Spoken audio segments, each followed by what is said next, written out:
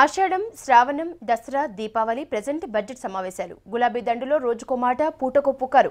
అసలు మంత్రివర్గ విస్తరణ ఉంటుందా? ఉంటే ముహూర్తం ఎప్పుడు? అసెంబ్లీ బడ్జెట్ సమావేశాల తర్వాత మంత్రివర్గ విస్తరణ ఉంటుందా? ప్రెజెంట్ టీఆర్ఎస్ నేతలకు అంతుచిక్కని ప్రశ్నగా మారింది కేబినెట్ విస్తరణ. కేబినెట్ విస్తరణ చాలా మంది నేతలను ఊరిస్తూనే ఉంది. ముహూర్తం కోసం ఆశావహులు 1000 కళ్లతో ఎదురు చూస్తున్నారు. కానీ కేసీఆర్ మాత్రం ఆ జోలికి పోవటం లేదు. ఎప్పుడు ఉండబోతోందో కూడా చెప్పటం లేదు. మినిస్ట్రీపై ఆశలు పెట్టుకున్న వాళ్లు ఈ విషయాన్ని కేసీఆర్ ముందు ప్రస్తావించేందుకు జంకుతున్నట్లు సమాచారం. జిల్లాల నుంచి మీడియాకు లీకులు ఇచ్చి కేసీఆర్ దృష్టిలో పడే ప్రయత్నాలు చేస్తున్నారు. ఈ మధ్య టీఆర్ఎస్ లో చేరిన ఖమ్మం జిల్లా సీనియర్ నేత ఇలాంటి ప్రయత్నమే చేసి విఫలమయ్యారు.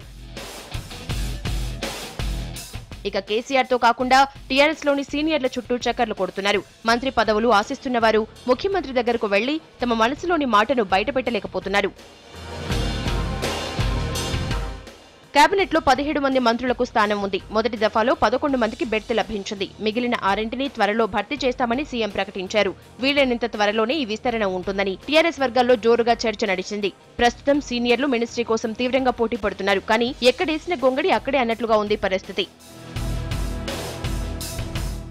ఈసారి జరిగే మంత్రివర్గ విస్తరణలో జిల్లాలు, సీనియారిటీ, సామాజిక నేపథ్యం ఆధారంగా భర్తీ ఉంటుందని టీఆర్ఎస్ అంటోంది. అది ఎప్పుడనేది ఇంకా స్పష్టం కాలేదు. ఉంటుందని మాత్రం అంటున్నారు. మొదటి దశలో మహిళలకు చోటు దక్కకపోవడంతో ఈసారి మహిళకు బెర్త్ ఉంటుందని తెలుస్తోంది. ఖమ్మం, మహబూబ్నగర్ జిల్లాల వారికి కూడా విస్తరణలో ఛాన్స్ ఉంటుందని తెలుస్తోంది. పదవి కోసం ఎదురు చూస్తున్న అభ్యర్థులు గట్టి ప్రయత్నాలు చేస్తున్నారు. ఎవరికి వారు తమ బెర్తు ఖాయమని ప్రచారం చేసుకుంటున్నారు. చివరికి ఎవరిని పదవులు వర్తిస్తాయో కేసీఆర్ కు మాత్రమే తెలుసన్నది వాస్తవం.